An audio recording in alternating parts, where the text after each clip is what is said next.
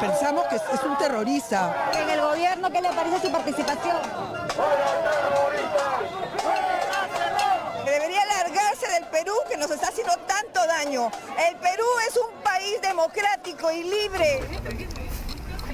Su repentina reaparición alborotó estos días la calle, el Congreso y la ya agitada agenda política del país. Él siempre ha estado pujando por algún espacio. Lo que pasa es que ahora Castillo sí le da el espacio. Porque se siente más precario, porque se siente más amenazado, porque está más arrinconado. En consecuencia, el único modo de sobrevivir es reposándome en lo que haga Cerrón y lo que eso implica. Si como cambio eso, yo tengo que comprar su asamblea constituyente, pues lo hago, ¿no? ¿Cuáles son las fichas que en realidad pretende mover Vladimir Cerrón, que tanto ha influido en la apuesta del gobierno por la asamblea constituyente? ¿Existe un plan B si el Congreso desestima la propuesta del Ejecutivo? El líder de Perú Libre reapareció esta semana para dejar en evidencia que nuevamente es un hombre fuerte en el gobierno del presidente Pedro Castillo. No quiero molestar pues a la reina del Congreso, ¿no? No va a ser que se ofenda con este humilde plebeyo.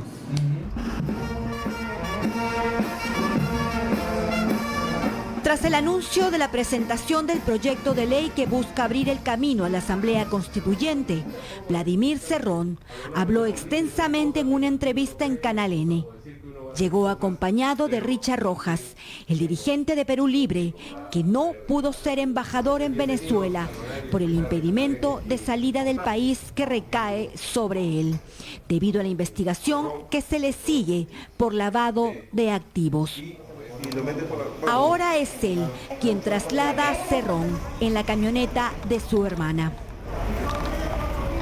En la entrevista intentó explicar por qué Pedro Castillo, después de 9 meses de gobierno y 4 gabinetes, finalmente decidió impulsar la Asamblea Constituyente. Se consulte al pueblo peruano si está o no de acuerdo por una nueva constitución. Es que estaba incrementándose el descontento popular. Entonces yo le mandé un mensaje hace ya más de un mes y le dije, presidente, si usted no cumple lo que ha prometido, este descontento se va a ir incrementando. Y tiene que darle un motivo de lucha al pueblo para que lo respalde. Y ese motivo tiene que ser una señal política concreta. Eso fue el último mensaje que le envié hace más de un mes. Y después ya en Cusco, a mí también me sorprendió que plantee ahí el proyecto de ley para la Asamblea Constituyente, que lo hemos tomado a bien. Está claro que Cerrón ha recuperado poder, pero que quiere más poder y que lo tiene a Castillo de alguna manera capturado. Castillo necesita de él para salvarse de una posible vacancia. No fue portero en ninguna institución del Estado, como lo dijo Pedro Castillo al iniciar su gobierno. Pero Cerrón demostró esta semana tener el manejo de muchas llaves en el Ejecutivo que podrían abrir las puertas del camino que Perú Libre pretende que tome el gobierno del profesor. Parte de su estrategia se empieza a dilucidar poco a poco. Se está cerrando las puertas del Congreso a un foro totalmente legal, totalmente democrático. En medio del fuego cruzado entre el Ejecutivo y el Legislativo por el envío del proyecto de consulta popular para la Asamblea Constituyente, la bancada de Perú Libre tenía programado un foro llamado Una Nueva Constituyente, en el que Vladimir Cerrón era el principal expositor. Hay que tener en cuenta que en el Congreso pues no se pueden tomar temas partidarios, ideológicos, ¿no? La Junta de Portavoces no permitió su participación ni que se haga el foro. La razón, Cerrón es un sentenciado y en el Congreso no se pueden hacer eventos que vayan contra la Constitución. Porque el foro se tiene que realizar sí o sí, porque es un derecho de todos los peruanos. Muchísimas gracias. Es lamentable, ¿no?, la actitud de la presidenta del Congreso, que ya ha remarcado 2 veces que ella es prácticamente la dueña de la casa. Y no solamente lo ha dicho, sino que lo está cumpliendo, en el sentido de que cuando realizan un foro, aquellos quienes hablan en contra de la Asamblea Constituyente son bienvenidos. Sin embargo, cuando se tiene una postura divergente, entonces en ese caso se bloquea, se hacen reuniones inmediatas, se modifican los reglamentos y se hace toda una serie de acciones que no son más que la manifestación antidemocrática, ¿no?, de la derecha. El acercamiento político de Vladimir Cerrón con el premier Aníbal Torres es otro hecho que explica esta especie de triunvirato Castillo, Cerrón, Torres en las alturas del poder.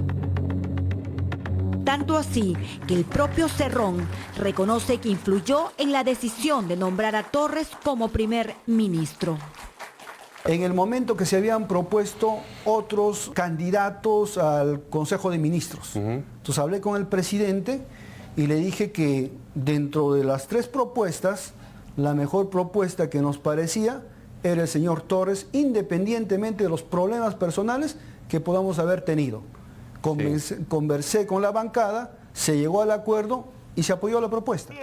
Vladimir Cerrón ha sido uno de los líderes de izquierda que más ha impulsado la Asamblea Constituyente, incluso antes de la elección del 2021. Ahora que el gobierno ha retomado esta iniciativa, Cerrón habla de un misterioso plan B, en caso el Congreso decida archivar el proyecto presentado por el gobierno. El partido y su bancada ha propuesto un plan B. ¿Cuál es ese plan B? Y ese plan B definitivamente tiene que ver con el Congreso de la República. No lo puedo decir ahora. Es un plan secreto. Todo lo que nosotros hemos planificado estratégicamente, ese es un plan estratégico que no puedo revelarlo. Y eso tiene su momento. ¿Existe realmente un plan B o se trata de una estrategia para agudizar la confrontación política? Lo cierto es que esta semana en el Congreso ocurrió un hecho por demás significativo. El congresista de Perú Libre, Pasión Dávila, presentó un proyecto de ley para adelantar las elecciones presidenciales y congresales al 2023. El proyecto llevaba la firma de 8 parlamentarios oficialistas, entre ellos nada menos que de Valdemar Cerrón, Silvana Robles y Margot Palacios. Un día después, sin embargo, el propio Valdemar Cerrón anunció el retiro del proyecto. Inicialmente el proyecto fue presentado por el congresista Pasión Dávila y algunos congresistas firmamos a fin de que pueda evaluarse la posibilidad de la presentación del proyecto. Sin embargo, esto fue retirado ayer en horas de la noche. Parte del plan B o globo de ensayo. Lo cierto es que la mayoría de bancadas del Congreso han calificado de inviable un posible adelanto de elecciones. En la democracia peruana, un proyecto como el que se ha planteado tiene que pasar por el Parlamento y discutirse y debatirse y tener un rumbo o tener un desenlace en ese ámbito. Cualquier otro plan B o cualquier otro plan alternativo creo yo que es desleal con el sistema democrático, ¿no? Y entonces, si él plantea un plan B, pues habrá que desentrañar más o habrá que preguntarle para que lo diga con mayor precisión. El líder de Perú Libre estos meses ha tenido una activa participación en las escuelas políticas del partido.